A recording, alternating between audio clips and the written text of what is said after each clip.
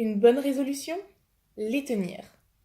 S'il est coutume que chaque année, bon nombre de personnes établissent de nouvelles résolutions, il en est de même qu'elles ne les tiennent pas. Combien de fois avez-vous déjà entendu vos proches, vos amis, vos collègues vous dire « Oh, cette année j'arrête de fumer, je mange correctement, j'adopte une bonne hygiène de vie, je change de travail, je perds du poids, je commence un nouveau régime. » Elle est connue celle-là, surtout après les fêtes. Je vais changer pour avoir de bonnes habitudes et je vais m'y tenir. Je vais faire du sport 3 fois par semaine. Cette année, c'est mon année. Et bien d'autres. Et combien de fois avez-vous constaté un mois plus tard, si ce n'est pas une semaine, que finalement rien n'a changé? Si la plupart des gens prennent des résolutions pour la nouvelle année, c'est parce que changer d'année semble être la bonne occasion. Changer d'année donne l'impression de remettre les compteurs à zéro. C'est un peu comme une seconde chance d'accomplir tout ce qu'on n'a pas abouti les 365 jours précédents. Ainsi, on fait s'envoler la frustration de l'échec pour laisser place à un sentiment enthousiasmant de renouveau.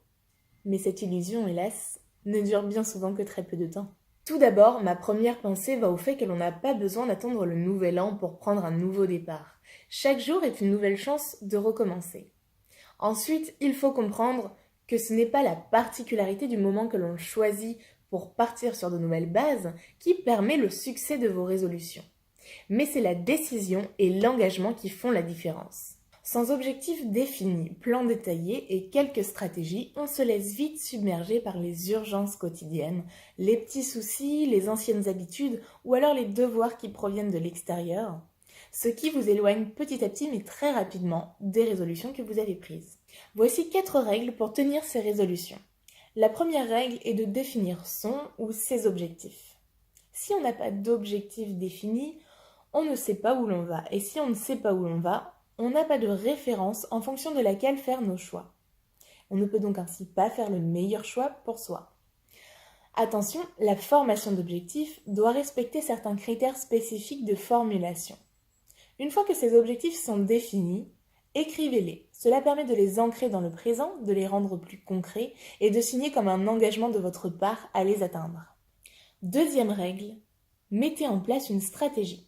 Le changement doit s'effectuer de manière stratégique, c'est-à-dire petit à petit, un pas après l'autre. C'est ce qui va vous permettre de persévérer et de durer dans le temps jusqu'à atteindre vos objectifs.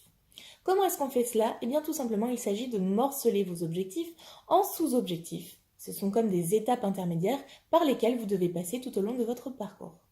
Troisième règle, définir votre pourquoi, c'est-à-dire le sens de votre résolution.